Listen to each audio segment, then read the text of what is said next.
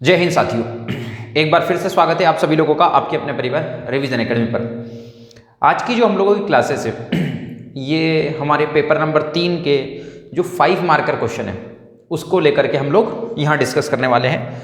और सबसे बड़ी बात है, जैसा कि आप लोगों ने थंबनेल में देखा कि इस तरीके से अगर आप आंसर राइटिंग करेंगे तो आपको बहुत ज़्यादा बेनिफिट मिलेगा, बहुत ज़्यादा फायदा मिलेगा। दोस्तों शुरू करने से पहले मैं आप लोगों को सबसे पहले बता दूँ कि जो पेपर नंबर 3 है वो मैंने आपको पहले भी बताया है कि वो जान है। तो हम लोग 20 क्वेश्चन 30 क्वेश्चन डिस्कस कर चुके थे 3 मार्क्स वाले। दोस्तों अब बारी है 5 नंबर वाले क्वेश्चंस की। 5 नंबर वाले 2 क्वेश्चन आते हैं हर एक यूनिट से। इस तरीके से हमारे पास 10 यूनिट है और इस तरीके से 20 क्वेश्चन अपने को देखने को मिलेंगे। तो मैं आप लोगों को यहाँ पर बताऊंगा कौन सा क्वेश्चन मॉडरेट लेवल का था, कौन सा क्वेश्चन ईजी था और कौन सा क्वेश्चन टफ था, और क्या हम स्ट्रेटेजी लेके चलेंगे नेक्स्ट टाइम अगर इस तरीके का पेपर बनता है। दोस्तों फर्स्ट टाइम था, लोगों के सारे फेफड़े और ये जो दिमाग था ये पूरा बाहर आ गया। ये क्रंची जो बिस्किट टाइप होता है इसको लोग डुबा के खा रहे थे। बहुत लोगों ने कोसा पीएससी को, अरे बहुत टफ पेपर निकाला, ये वो सब चीज़ें। तो हम लोग देख लेते हैं। पहले तो मैं आप लोगों से क्वेश्चन डिस्कस कर लेता हूँ। सबसे पहले मैं यदि आप लोगों से बात करूँ तो 20 क्वेश्चन हमारे पास में आ रहे हैं 5 मार्क्स वाले। कितने क्वेश्चन आ रहे हैं दोस्तों? 20 क्वेश्चन 5 मार्क्स वाले। मैंने आप लोगों को पहले भी ये बात बताई है कि चाहे आप कितनी भी पढ़ाई क्यों ना कर ले, आपको 2 से 3 क्वेश्चन आपको देखने को मिलेंगे। तो आज का जो वीडियो है उसमें लगभग हम लोग 10 से 12 क्वेश्चन डिस्कस करेंगे और नेक्स्ट लेक्चर में हम लोग 10 से 12 क्वेश्चन डिस्कस करने वाले हैं। 10 के आसपास क्वेश्चन रहेंगे, 20 क्वेश्चन है टोटल। तो देख लेते हैं। देखो दोस्तों सबसे पहले तो जो क्वेश्चन आया था, पहला क्वेश्चन था लूमिंग घटना से। तो इसके ऊपर थोड़ा सा 10-1 मिनट का अलग से वीडियो बनाऊंगा लूमिंग घटना के ऊपर। अभी इन शॉर्ट में आपको 2-3 चीजें बताने वाला हूँ क्योंकि ये थोड़ा सा टफ क्वेश्चन है तो हर बच्चे को समझ में नहीं आएगा, तो मैं इसके ऊपर एक छोटा वीडियो अलग से बनाऊंगा। दूसरा है विरोधी ध्वनि की अवधारणा। दूसरा क्वेश्चन था विरोधी ध्वनि की अवधारणा, विरोधी ध्वनि। यहां पर यदि हम लोग बात करें जो एंटी साउंड है उसके बारे में बात की। और तीसरा क्वेश्चन तो इजी था दोस्तों, उसको हम समझने वाले हैं अभी। फिर चौथा क्वेश्चन था हुंड की अधिकतम बहुलता को परिभाषित करने की बात की। तीसरा था हुंड का बहुलता नियम। अब मैं पहले तो आप लोगों से बात कर लेता हूं इन 3 क्वेश्चन पे। दोस्तों ये जो तीनों क्वेश्चन थे ये इजी क्वेश्चन नहीं थे। किन बच्चों के लिए? जिन बच्चों ने ठीक से पढ़ाई नहीं की है या जिन बच्चों का साइंस बैकग्राउंड नहीं रहा है उनके लिए। तो इन तीनों के ऊपर जो है मैं अलग से छोटा वीडियो बना दूंगा 10-1 मिनट के अंदर और मैं इनको समझा दूंगा। इन शॉर्ट यदि मैं यहाँ पर बात करूँ तो ये जो अपने पास फिजिक्स का क्वेश्चन है, ये भी अपने पास फिजिक्स का क्वेश्चन है। तो 2 क्वेश्चन इन्होंने डायरेक्ट सीधे पूछे। अब जो लूमिंग घटना है ये क्या हुआ? वर्ड का, ये जो है शब्दों का खेल है। अगर आपके पास कोई पर्यायवाची आता है, कोई सिनोनियम आता है तो आप उसको जरूर याद रखें। कुछ भी नहीं है दोस्तों, ये मिराज की घटना है, ये मृग तृष्णा की घटना है जो हम लोग टोटल इंटरनल रिफ्लेक्शन पढ़ते हैं। जैसे हमारे सिलेबस में उसने यहाँ पर दे रखा हुआ है प्रकाश का परावर्तन, प्रकाश का अपवर्तन, रिफ्लेक्शन और रिफ्रैक्शन। अब क्या होगा कि बच्चे क्या करेंगे, सिर्फ उसी को पढ़ के जाएंगे। यहां उसने एक वर्ड लिखा प्रकाश और उसमें परावर्तन, अपवर्तन, दर्पण, लेंस और प्रतिबिंब का निर्माण लिखा है। तो दोस्तों जब भी आप रिफ्लेक्शन और रिफ्रैक्शन पढ़ेंगे तो ऑब्वियस सी बात है कि आपको टोटल इंटरनल रिफ्लेक्शन पढ़ना है। तो ये जो है ना लूमिंग, अगर यहाँ पर किसी जगह मिराज लिखा हुआ था, मृग तृष्णा लिखा हुआ था तो सारे बच्चे इसको कवर करके ले जाते हैं, कोई दिक्कत नहीं आती। विरोधी ध्वनि, नाम से लग रहा विरोधी ध्वनि, ध्वनि मतलब साउंड। एक साउंड चलेगा तो एक उसका विरोध करने का काम करेगा। इसको भी हम थोड़ा सा डिस्कस करेंगे।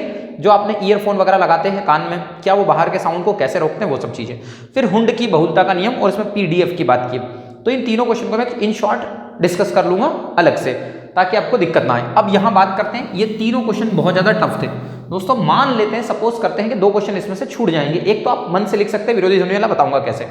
तीसरा क्वेश्चन जो था हम लोगों का उस पर बात करते हैं, नाभिकीय विखंडन को परिभाषित कीजिए और विखंडन अभिक्रिया में क्यों उच्च मात्रा में ऊर्जा उत्पन्न होती है।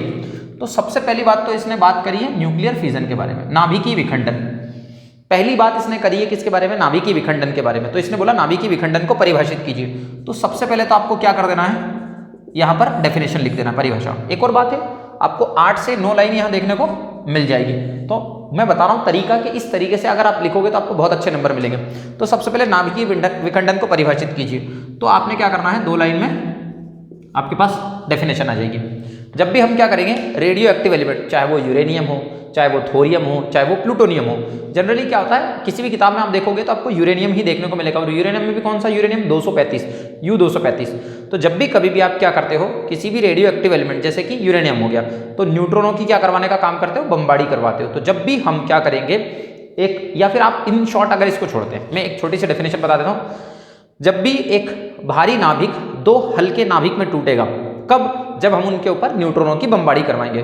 तो जब भी एक भारी नाभिक दो हल्के नाभिक में टूटेगा, जब हम उन पर न्यूट्रॉनों की बमबारी करवाएंगे, तो इससे उत्पन्न जो हमारे पास में अभिक्रिया रहेगी उसको हम लोग क्या बोलेंगे, नाभिकीय विखंडन की अभिक्रिया। अब तो पहले तो परिभाषा हो गई, ठीक है। दूसरा इन्होंने पूछा है कि विखंडन अभिक्रिया में क्यों उच्च मात्रा में ऊर्जा मुक्त होती है। तो जो अपने पास में यहाँ पर लिखा है कि ऊर्जा मुक्त क्यों होती है, एनर्जी क्यों रिलीज होती है, तो यहाँ पर पहले तो आप ऊर्जा मुक्त क्यों होती है उसके पीछे का कारण लिखेंगे। तो यहाँ पर ध्यान रखेंगे भार में क्षति के कारण, भार में क्षति के कारण क्या होती है, उच्च ऊर्जा मुक्त होती है। उच्च ऊर्जा क्या होती है, मुक्त होती है। अब यहाँ तो पहले तो आपने परिभाषा दे दी, अब ठीक है, अब आपने परिभाषा दे दी और सीधे सीधे ऐसे ही लिखना है आपको कि ऊर्जा मुक्त क्यों होती है, कारण क्या उसके पीछे का, तो भार में क्षति के कारण। जब आप वनडे ऑब्जेक्टिव लगाने का काम करते हो तब आपको यहाँ देखने को मिलता है कि भार में क्षति हो रही है, इस वजह से ऊर्जा विमुक्त हो रही है। अब दूसरी बात है कि भैया प्रक्रिया क्या है इसकी, ये नाभिकीय विखंडन की जो क्रिया होती है प्रक्रिया, या यहाँ पर ध्यान रखें प्रकार, तो कितने प्रकार की होती है, तो दो प्रकार की, एक तो होगी कंट्रोल चेन रिएक्शन है ना, और एक दूसरी होगी अनकंट्रोल चेन रिएक्शन। ठीक, मैं इन शॉर्ट लिख रहा हूँ, कंट्रोल चेन रिएक्शन और अनकंट्रोल चेन रिएक्शन। फिर उसके बाद में आप बता दोगे कि भैया इनका यूज कहाँ होता है, इनका जो उपयोग हम लोग कहाँ करते हैं। तो एक तो उसने खुद ही बोल दिया कि ऊर्जा मुक्त होती है, तो हम लोग इससे क्या करते हैं, विद्युत ऊर्जा उत्पन्न करने का काम करते हैं। तो विद्युत ऊर्जा इससे क्या करते हैं, उत्पन्न करते हैं। और कैसे करते हैं, न्यूक्लियर रिएक्टर या परमाणु भट्टी के द्वारा। तो ये अपने को ध्यान रखना, आपकी 8 से 9 लाइन भर जाएगी दोस्तों। यहाँ आपके पास में 2 लाइन कंप्लीट हो जाएगी कि भार में क्षति के कारण, छोटी लाइन आती है, और 2 लाइन आपकी यहाँ पर डेफिनेशन भर जाएगी, और उसके बाद में प्रक्रिया बता दोगे आप, और उसके बाद में प्रकार बता दो, तो उपयोग आप बता दोगे। तो ये क्वेश्चन बहुत ईजी था, इसमें दिक्कत नहीं थी। मेन प्रॉब्लम है जब हम आंसर राइटिंग नहीं करते, जब भी हम आंसर राइटिंग करते तो हम गंदा लिखते हैं। सबसे स्टार्टिंग में मैं फिर से बोल रहा हूँ कि मैं उन बच्चों की बात कर रहा हूँ जिनका थोड़ा कम लेवल है और जो अपनी प्रोसेस को आगे बढ़ाने में सोच रहे हैं। वो बच्चे जो पहले से ही टॉपर रह चुके हैं स्कूल में, कॉलेज में, उनको तो मैं क्या ही बता सकता हूँ, ठीक है, क्योंकि कुछ बच्चे जो हैं वो अपनी स्टडी कर रहे हैं अपने हिसाब से। लेकिन जब हम जो नॉर्मल बच्चे होते हैं वो क्या करते हैं, जब लिखना स्टार्ट करते हैं ना तो ठीक से नहीं लिख पाते। जब भी आप ठीक से नहीं लिख पा रहे, इसका मतलब आप समझ जाइए कि आप सुधार की प्रक्रिया में हैं। तो अब आप जब क्या करते हैं, जब भी आपने आंसर राइटिंग की होगी तो ऑब्वियस सी बात है, सिलेबस में दे रखा नाभिकीय विखंडन और संलयन, तो नाभिकीय विखंडन और संलयन जब दे रखा न्यूक्लियर फिजन और फ्यूजन, तो आपने लिखा होगा उसको, क्योंकि किसी न किसी के टेस्ट में ये 110% क्वेश्चन डाला होगा।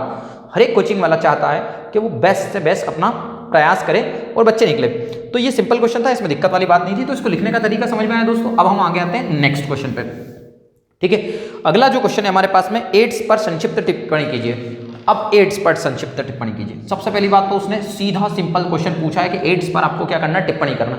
यहाँ होते हैं बच्चे confuse, right short note, short note. तो बच्चे क्या होते हैं, कंफ्यूज होते हैं, सर क्या करें, हम लाइन में लिख दें क्या, क्योंकि कुछ बच्चों के दिमाग में आता है रजिया सुल्तान के ऊपर टिप्पणी लिखिए, महमूद बिन तुगलक के ऊपर टिप्पणी लिखिए। तो जब टिप्पणी लिखने के लिए आती है तो बच्चा होता है कंफ्यूज। आप दिक्कत में नहीं आए दोस्तों, आपको लाइन में नहीं लिखना है, आपको पॉइंट बना के ही लिखना है। तो सबसे पहले अगर बात करें एड्स के बारे में, तो पहले तो आपको पहला पॉइंट बना देना है इसका पूरा नाम, ठीक है, इसका फुल नेम जो है।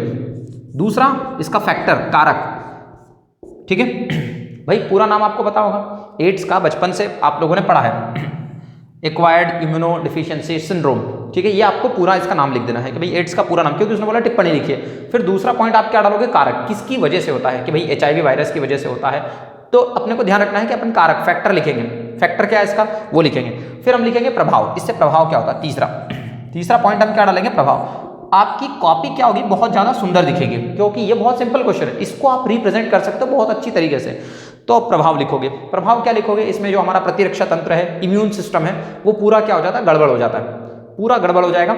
रोग प्रतिरोधक क्षमता जो हमारी पूरी खत्म हो जाएगी, इम्यून सिस्टम पूरा खत्म हो जाएगा, ठीक है। प्रभाव लिख दिया।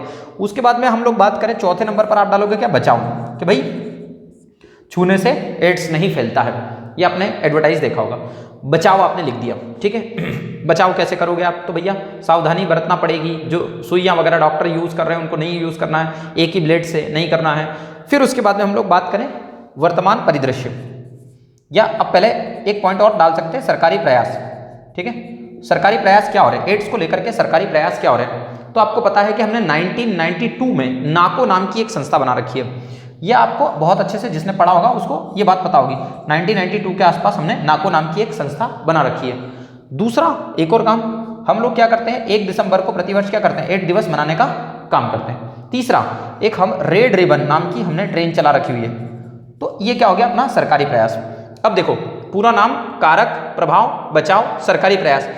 अब आपके पास 8 से 9 लाइन है, उसमें से आपने जो है एक एक लाइन में सारी चीजें बता दी। अब आपके पास में क्या हो गया, यहां पर 4 लाइन भर गई, ये 5वीं लाइन, 6ठी, 7वीं और लास्ट में लिख दिया आपने वर्तमान परिदृश्य। तो वर्तमान में जो अपने पास में भारत सरकार के द्वारा जो कार्य किए जा रहे हैं उससे लेकर के हमने कौन कौन सी दवाइयां बना रखी है, एड्स के बचाव के लिए हमने कौन कौन सी दवाइयां दी है, तो एक लाइन में वो आप दे सकते हो। तो आपका क्वेश्चन जो है, आपका लिखने का तरीका समझ में आया कि किस तरीके से लिखना है। ध्यान रखिए दोस्तों, आप अगर ऐसे घचड़ पचड़ उन 3 क्वेश्चन की वजह से आप सोचोगे अरे बहुत पेपर टफ था, भैया ठीक है पेपर टफ था, क्या आप इस क्वेश्चन को ठीक से रिप्रेजेंट कर पाए? क्या आपने नाको लिखा, स्पेशल जो प्रोग्राम चला रखा, क्या आपने रेड रिबन के बारे में लिखा? देखो पूरा नाम, कारक ये हर कोई लिख देगा, प्रभाव हर कोई लिख देगा, बचाव हर कोई लिख देगा, लेकिन क्या सरकारी प्रयास में आपने 1 नंबर एक्स्ट्रा बढ़ाने की कोशिश की?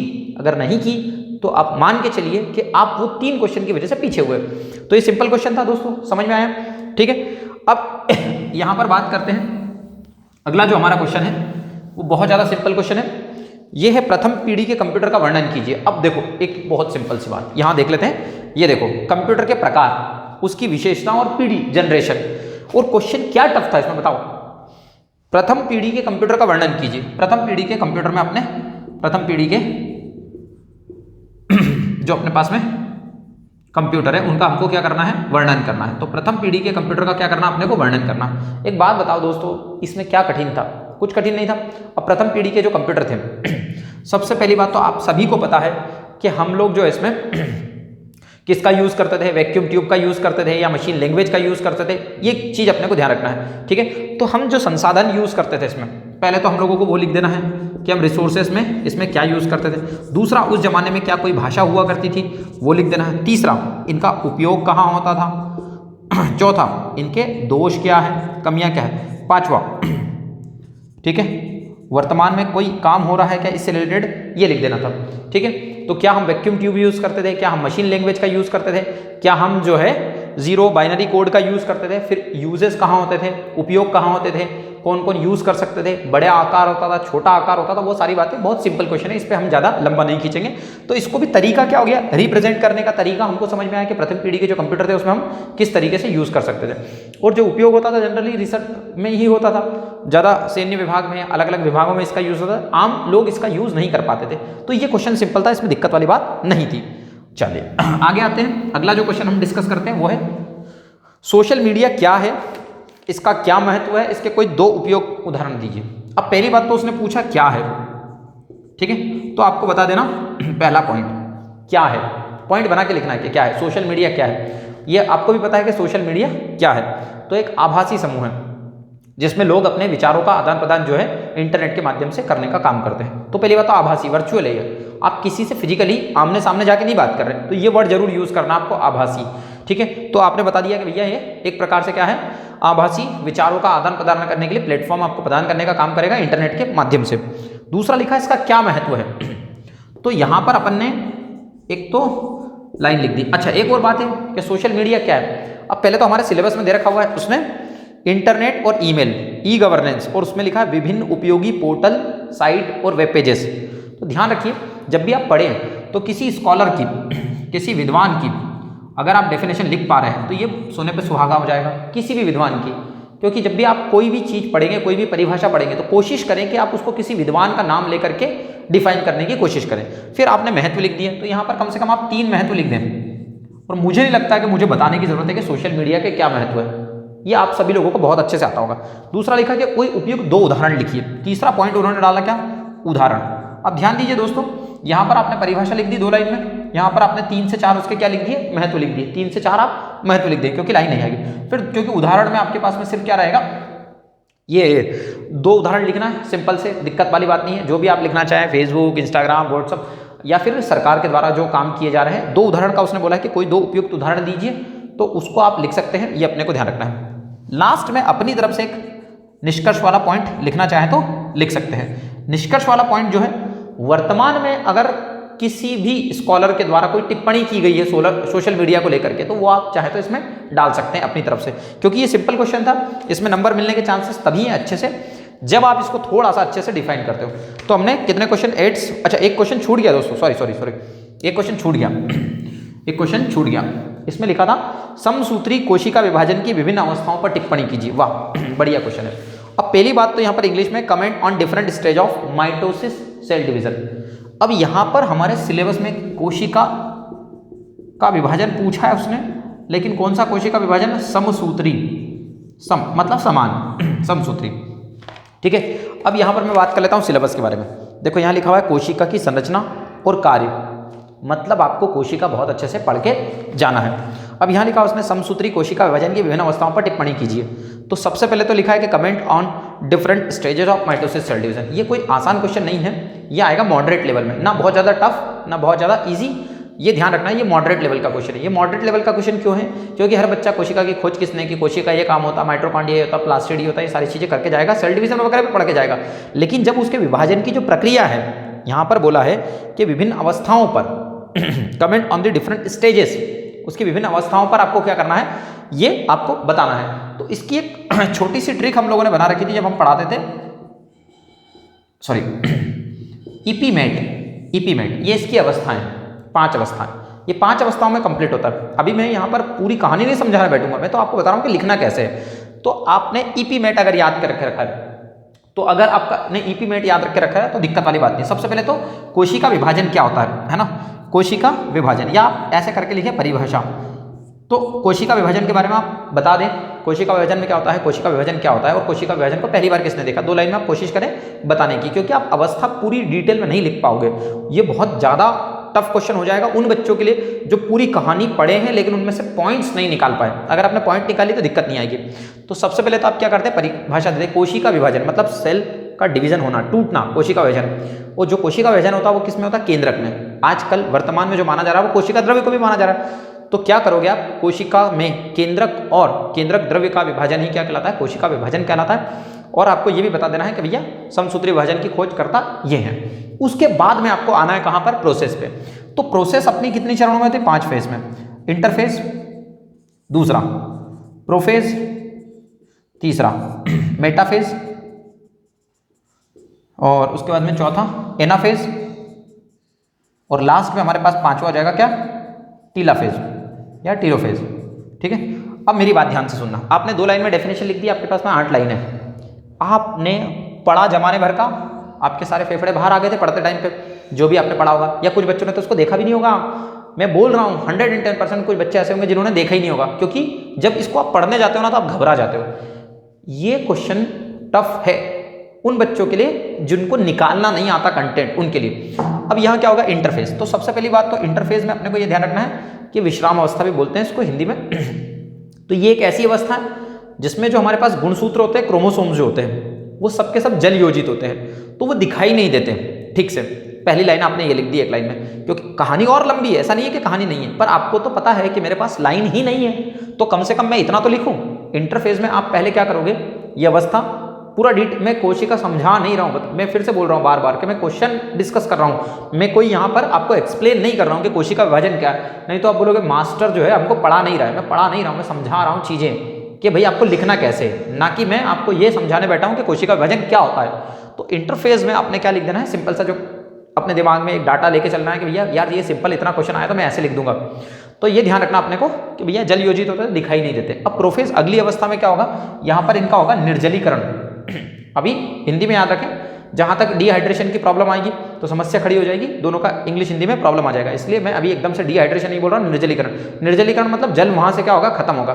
तो निर्जलीकरण मतलब डिहाइड्रेशन, वहाँ से जल खत्म होगा। अभी मैं वर्ड डिहाइड्रेशन इंग्लिश में यूज़ कर रहा हूँ, फिर उसका एग्जैक्ट वर्ड क्या होगा ये भी मैं बता दूंगा आपको। निर्जलीकरण, जब ये निर्जलीकरण मतलब जल खत्म होगा तो ये क्या होगा, अपने पास जो क्रोमोसोम होंगे, गुणसूत्र, वो दिखाई देने लगेंगे। फिर यहाँ मेटाफेज में आते आते क्या हो जाएंगे, वो थोड़े से बड़े हो जाएंगे। और फिर चौथी अवस्था में एनाफेज में क्या होंगे, वो दोनों एक दूसरे से ब्रेक होंगे। और 5वीं अवस्था में क्या होगा, उनका विभाजन हो जाएगा। ये इन शॉर्ट कहानी, इसकी लंबी कहानी पूरी है, मैं इसको एक्सप्लेन करूंगा अच्छे से जब हम लोग पढ़ेंगे ये वाला चैप्टर, ठीक है, ध्यान रखना। तो ये हो गया अपना क्वेश्चन। ये क्वेश्चन उन बच्चों के लिए टफ था जो पढ़ते नहीं हैं, और जो पढ़ते हैं उनके लिए मॉडरेट लेवल का था, है ना, ये अपने को ध्यान रखना है। ईजी तो नहीं था, तो ये क्वेश्चन छूट गया था, मैंने इसको डिस्कस कर लिया। आगे बात कर लेते हैं, अगले की बात करते हैं। अगला जो हमारे पास में आएगा वो है एक पुस्तक को 10% के लाभ पर 27.50 में बेचा जाता है। तो पहली बात तो एक पुस्तक को 10% के लाभ पर बेचा, तो आपने लिख दिया क्या भैया लाभ इतना है, बेचा जाता है, सेल किया जाता है, अच्छी बात है। तो सेलिंग प्राइस हमारे पास कितना दे रखा है, 27.50 रुपये, ठीक है। उसके बाद में आगे इसने बोला यदि इसे 25.75 रुपये में बेचा गया, अच्छी बात है बेटा, मूर्ख है, 27 में पहले बेच रहा है, फिर बाद में कितने में बेच रहा है, 25.75 रुपये में। एक ऑब्वियस सी बात है, 10% का प्रॉफिट हो रहा है, 27.50 में बेच रहा है। अगर वो अपना प्राइस कम कर देगा तो क्या होगा, ऑब्वियस सी बात है कि समस्या तो आनी है इसके साथ में। आगे उसने बोला यदि इसे वो 25.75 में बेचे तो लाभ या हानि का प्रतिशत बताइए। यहां पर एक बात मैं आप लोगों को बता दूं कि जब तक आपको कॉस्ट प्राइस नहीं पता होगा तब तक आप कुछ भी नहीं कर सकते। ये मार्कर, मैंने बोला कि ये मार्कर मैंने 15 रुपये में बेचा और मुझे 5% की हानि हुई, तो बताइए कि मैंने मार्कर कितने में खरीदा था, तब तो आप बता पाओगे क्योंकि आपको कॉस्ट प्राइस। ध्यान रखिएगा, जब तक मुझे ये नहीं पता है, अभी मैं आपसे पूछूं कि बताओ मेरे को कितना प्रॉफिट हुआ, मेरे को कितना लॉस हुआ, तो क्या आप बता पाओगे, नहीं, बिकॉज आपको इसका कॉस्ट प्राइस नहीं पता है। जब तक आपको कॉस्ट प्राइस नहीं पता होगा तब तक आप कुछ भी नहीं कर सकते। तो सबसे पहला काम है आपको कॉस्ट प्राइस निकालना पड़ेगा। तो सबसे पहले तो कॉस्ट प्राइस का फॉर्मूला अपने को पता है कि selling price is equal to क्या होता है, cost price into 100 plus profit % upon में 100, ठीक है। तो यहाँ पर कॉस्ट प्राइस की बात करें यदि हम लोग, तो कॉस्ट प्राइस तो निकालना, सेलिंग प्राइस कितना दे रखा था 27.50, और उसके बाद में कॉस्ट प्राइस तो निकालना है, 10% का प्रॉफिट हो रहा था 110/100। यहाँ से मैं 2 जीरो हटा देता हूँ और ये 2 जीरो से 2 जीरो कैंसिल कर देता हूँ, 1 जीरो से 1 जीरो कैंसिल कर देता हूँ, 275 मेरे पास कितना हो जाएगा 11। ये हो गया मेरे पास क्या, कॉस्ट प्राइस। तो selling price equal to cost price into ये। अब मेरी बात ध्यान से सुनना, ये हमारा हो गया कॉस्ट प्राइस, इसको हमने इतने में खरीदा है। यहाँ पर हमने क्या करा है, इसको इतने में खरीदा है। ये बात समझ में आ गई कि नहीं आई दोस्तों। 10% का प्रॉफिट हो रहा है, 110/100 हो गया, यहाँ से मैंने 2 जीरो हटाए, 2 जीरो से 2 जीरो काटे और कॉस्ट प्राइस आ गया। अब मेरी बात सुनना, यहाँ सेलिंग प्राइस दे रखा है, तो सेलिंग प्राइस कितना हो गया 25.75 क्या, इसको आप काटा पीटी कर लोगे तो ये सेलिंग प्राइस और ये कॉस्ट प्राइस। तो मेरे पास जो है selling price minus cost price क्या होता है, प्रॉफिट, या cost price minus selling price क्या होता है, लॉस। तो यहाँ से मैं सबसे पहले तो फायदा या नुकसान जो भी हो रहा है उसको मैं निकाल लूंगा, डिवाइड वगैरह करके पॉइंट में आंसर आएगा। और फिर उसके बाद में सीधा सीधा जो है उसने पूछा है प्रॉफिट % या लॉस %, जो भी अपने को निकालना है वो हम निकाल लेंगे। तो अगर प्रॉफिट आता है तो प्रॉफिट अपॉन में कितना हो जाएगा, CP इंटू में 100, ये फॉर्मूला लगा के अपन कर देंगे। ये सिंपल क्वेश्चन था, दिक्कत वाली बात नहीं थी, कोई समस्या वाली बात नहीं थी। अगर आपको ये क्वेश्चन समझ में नहीं आया, मैं क्वेश्चन नहीं समझा रहा हूँ, फिर से मैं बार बार बोल रहा हूँ कि इसको करना क्या था। ये क्वेश्चन सिंपल था, अगर आपने प्रॉफिट लॉस नहीं पढ़ा है तो आपके लिए बहुत टफ क्वेश्चन था। तो मैं यहाँ ये क्वेश्चन समझाने नहीं बैठा, मैं सिर्फ आपको बता रहा हूँ कि ये देखो कितना सिंपल क्वेश्चन था।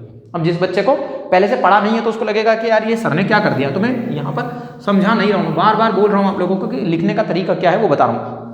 अगला क्वेश्चन, एक बैग में 50 पैसे, 25 पैसे और 10 पैसे के सिक्के, 50 पैसे, 25 पैसे और 10 पैसे के सिक्के 5:9:4 के अनुपात में है, और टोटल कितने हैं 206 रुपये।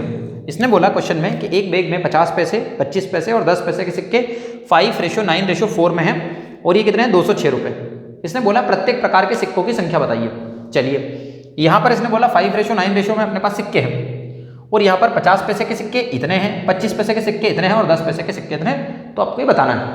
क्लियर होगी बात? देखो अब ध्यान से देखना, 50 पैसे को मैं आधे रुपये बोल सकता हूँ क्योंकि ये रुपये हैं, 25 पैसे को मैं 1/4 रुपये बोल सकता हूँ, और 10 पैसे को मैं 1/10 रुपये बोल सकता हूँ। एक बात बताओ दोस्तों, 1 रुपये में 100 पैसे होते कि नहीं होते? तो रुपये में सबको कन्वर्ट करना है, 2 अठन्नी मिलाओगे तब जाके आधा रुपया बने, मैं 1 रुपये बनेंगे, तो 2 अठन्नी को मिलाओगे तो 1 रुपये बनेंगे, तो इसका मतलब 50 पैसे कितने हो गए, आधा रुपये। 25 के 4 सिक्के लोगे तो कितने बनेंगे, 1 रुपये। फिर 10 पैसे, तो 10 सिक्के लोगे तब जाके 1 रुपये बनेगा, तो ध्यान रखना। अब जो है 1/2 इंटू में ये कितने सिक्के हैं, 5x plus 1/4 into 9x plus 1/4 into 4x बराबर कितना हो गया 206 रुपये। अब क्या करोगे आप, सॉल्व कर लोगे, x की वैल्यू निकाल लोगे और यहाँ x की वैल्यू क्या कर दोगे, पुट कर दोगे, तो आपका आंसर आ जाएगा। क्लियर होगी बात, समझ में आ गई सभी लोगों को। तो अब ध्यान देना कि हम लोगों ने जो है लगभग 10 से 12 क्वेश्चन कवर कर लिए है।